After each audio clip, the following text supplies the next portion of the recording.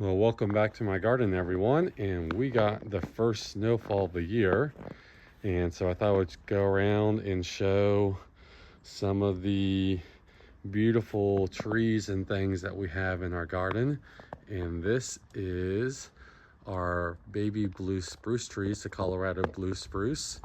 And it is looking amazing right now. So we decorate this one for Christmas. This is our live Christmas tree. We used to cut down a tree every year, but then I decided, well, why don't we just plant a tree in our yard that we can enjoy throughout the year, and then at Christmas time we'll just decorate it as a Christmas tree. So I picked out this baby blue spruce tree. When I got it, it was really small. It was only maybe like 3 feet tall, and in the last 5 years it's now probably 7.5 to 8 feet tall, and it's definitely growing a lot quicker than the tag said it was, so it must really enjoy the spot. But this is a great tree. Highlighted it throughout the year. It holds its blue color very well. Right now it's just looking amazing with the snow and all the Christmas lights and ornaments on it. So if you're looking for a blue tree that holds its color throughout the year, and this provides some good color contrast, especially to some of your Japanese maples, a blue spruce is definitely a great candidate. So it definitely has, even now, this is the greenest it ever is, and you can see just how blue those needles definitely are. Springtime, when it's candling, it's like a icy blue color, so it's really cool. Definitely a unique color that you really don't find anywhere else in nature. Even some of the other blue conifers aren't as the color that the Colorado blue spruces produce. So it's just an amazing, unique color, and pops against some of the Japanese maples and other things I have here in my garden. So let's go to another tree that's looking really cool right now in the snow. Give you one more full look of this blue spruce here.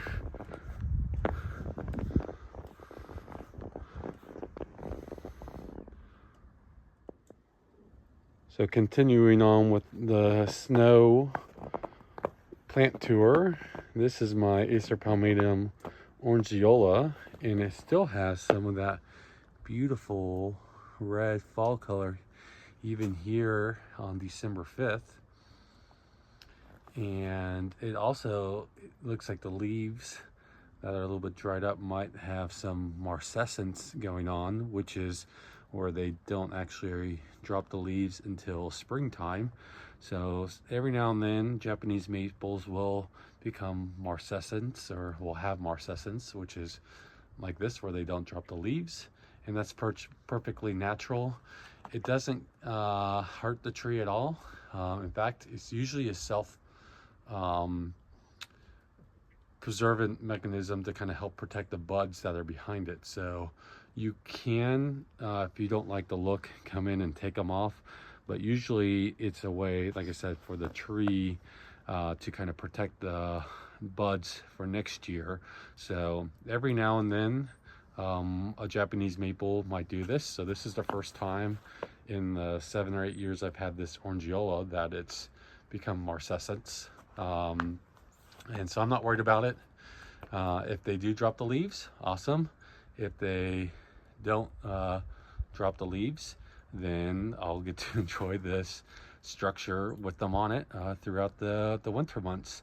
So just thought I would kind of highlight that and just kind of enjoy this beautiful fall color here with the snow on it, because that's something you definitely don't get to see every day, especially here in Virginia.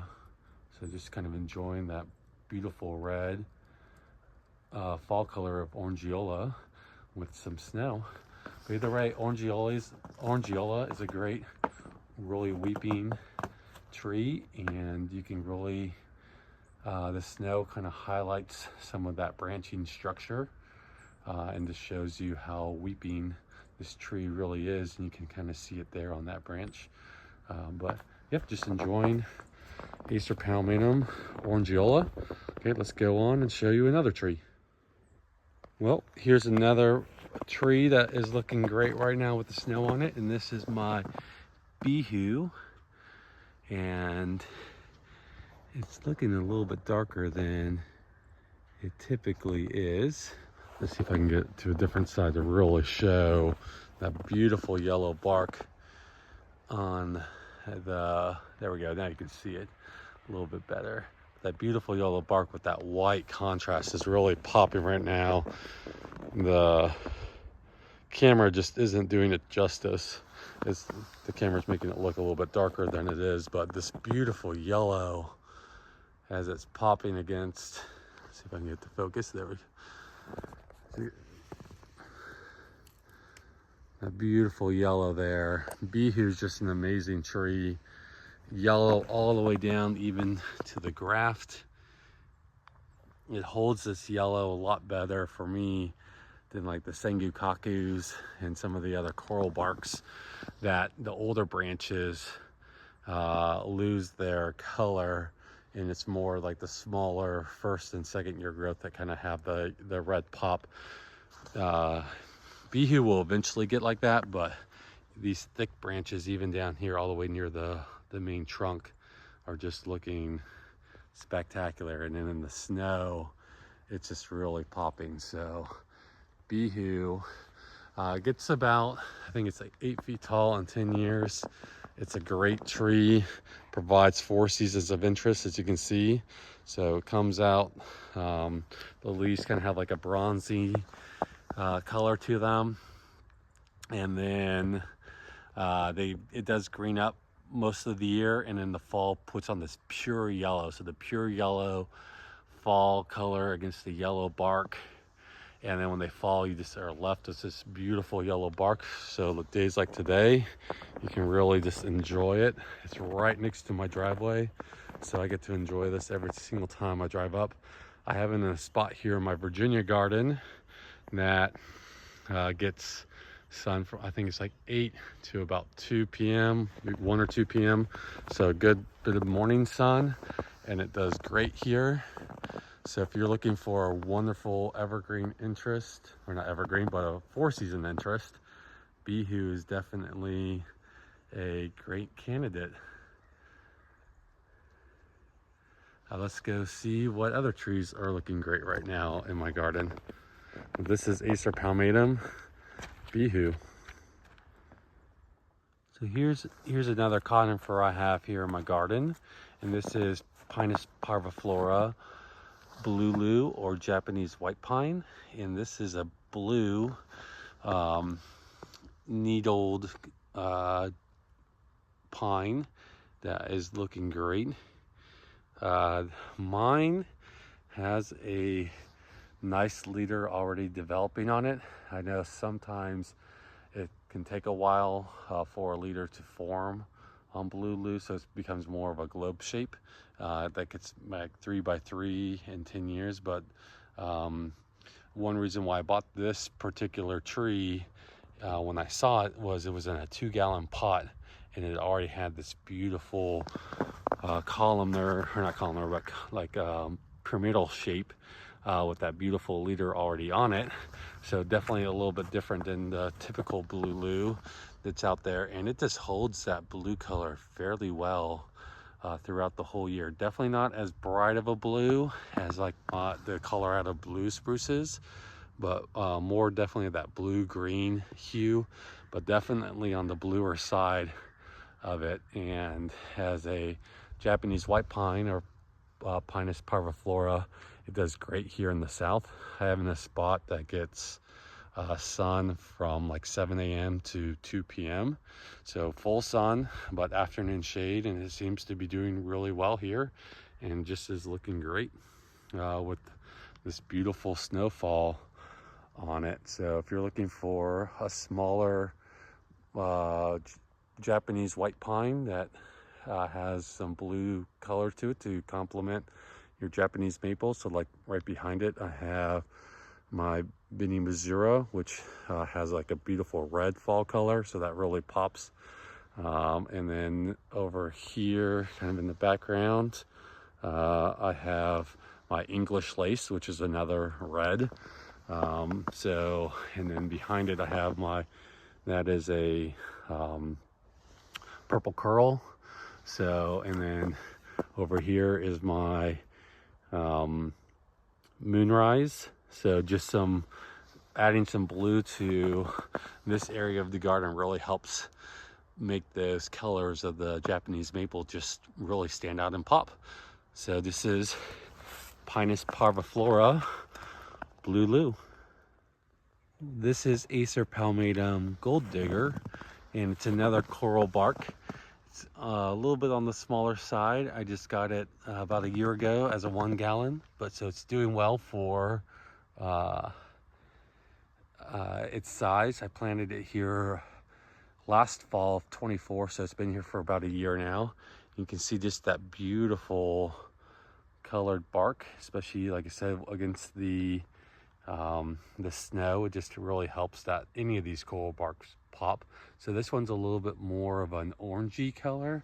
It's a little hard to tell on the camera, but it's more orangey than like that pure red of like a sengukaku, and definitely not the yellow as you can see of like a bihu. But this one gets about I think 8 feet tall in 10 years, and just provides that beautiful structure. Has a little bit of a spring interest color to the leaf, so it's like I think it comes out green, or like I guess more of a chartreuse with a some more purpley nailing to the edges of the leaf, and then the fall color is like an orangey red. So a beautiful tree. It sometimes can get that candy striping throughout, so a multi kind of color throughout the bark. But either way, this is a wonderful tree. I have in a spot that gets mostly midday sun, but does a good job in this spot, and you can see how it just kind of pops against that evergreen. So as it gets bigger over the years, it will really pop against all those hollies there in the background. So just enjoying this gold digger in the snow here. This is a Japanese plum yew, Fastigii, I believe is what it's called, and it is a Japanese plum yew, so unlike the normal yews that are like deer candied, the plum yews the deers leave alone.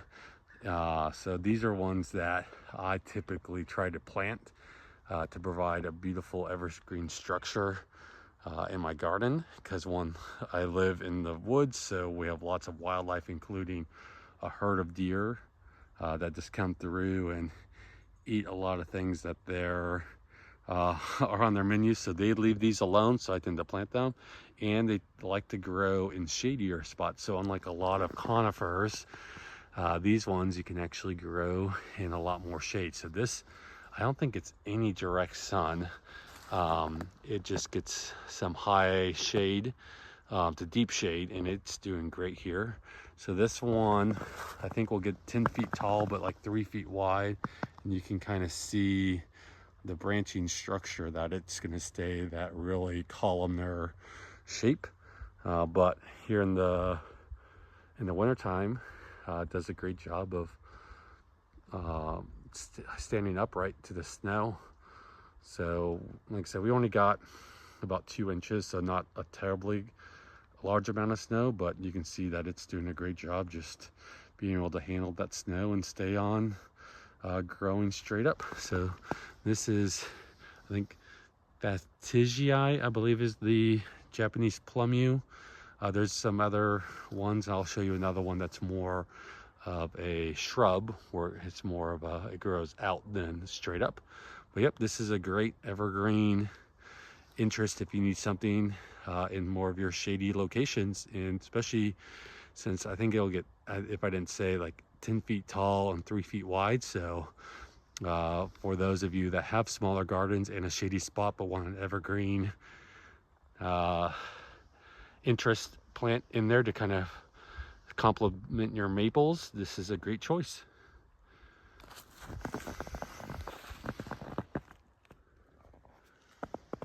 Welcome back. So this is another wonderful tree that's looking great, and this is my Acer palmatum Ethel.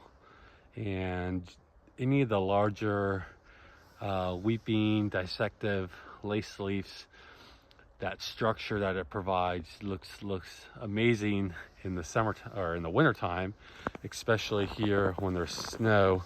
It just really helps accentuate some of the curves as the snow is able to collect on some of those branches, and where it really just curves and moves in wonderful directions. It just kind of helps highlight some of those interesting shapes that these weeping trees create. So you can just really see the arching in the branches that sometimes is missed when it's been fully leafed out, and it's kind of blocks some of that beautiful branching structure. So here in the wintertime, and like I said, especially when there's snow on it, it really highlights and accentuates some of those amazing structure of these trees.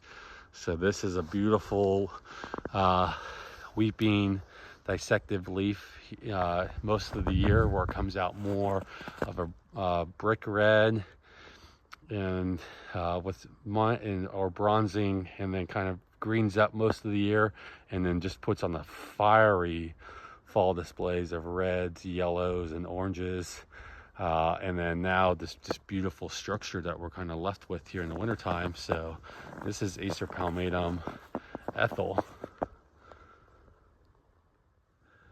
So this next little set of trees are some of my potted conifers, and this is a oriental spruce called Skylands, which has that beautiful yellow, really short needled conifer. And unfortunately it's really covered in snow right now, so it's hard to see. So we'll just try and show you where you can see that beautiful yellow color kind of contrasting there with the snow. This one will get big over time, so I have a spot in my yard I'm going to probably plant it in the spring, but right now it's right next to my driveway, so I'm just enjoying the beautiful yellow needles every time I leave and come to my house. So yep, this is Acer, or not Acer, this is a oriental spruce Skylands. Next to that I have another Colorado blue spruce. This is, I believe, Slenderina. Yep, Slenderina. I got this as a small 1 gallon, and this is a very weeping variety of Colorado blue spruce. So it's definitely one that you want to stake up, and it'll weep down. I think because of that, it'll get kind of as tall as you stake it. But yep, this is my first winter with it, so just kind of enjoying those blue needles there with all the snow.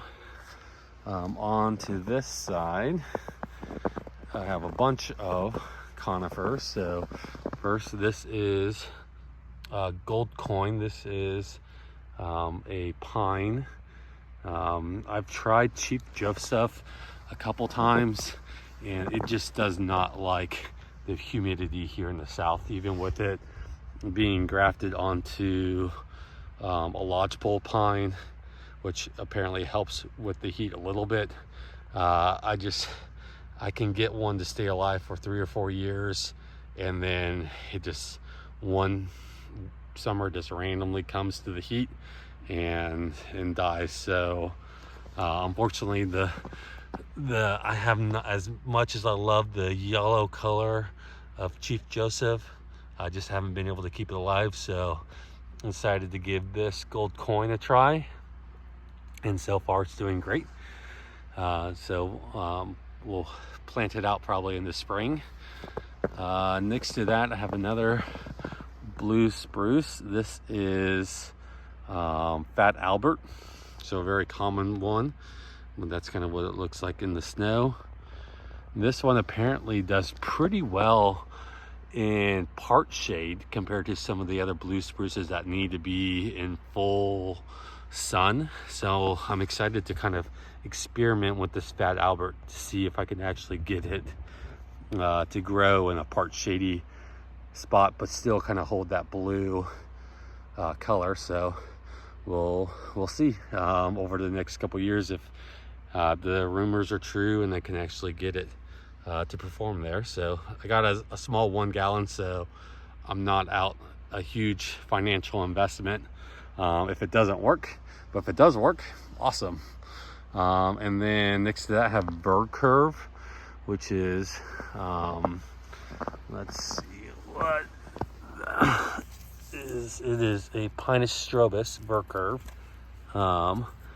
and these beautiful needles that twist and curve and provide a beautiful structure and definitely a different look. And they're variegated, so they're kind of green with some yellows mixed in there, so just, or maybe more silver, with just a beautiful color there on the Bird Curve. Excited for that one to kind of grow. Next to that is one I just picked up. It's called Little Sky. So it's another oriental spruce that has that beautiful yellow color to it.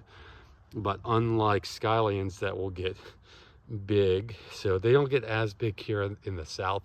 I think they're maybe like 12 feet tall. This one will only get maybe 3 by 3.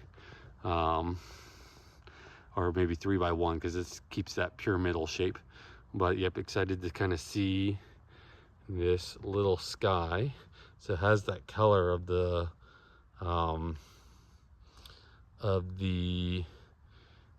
yellow there, but it's definitely in a lot smaller, more manageable size, so you can kind of tuck it in a lot of other places.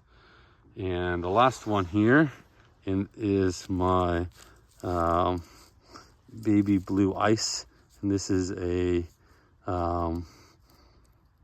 just a beautiful, really tightly layering conifer. So right now it's just covered in snow because it's so tightly packed with these really short needles, and get the focus there. So this is I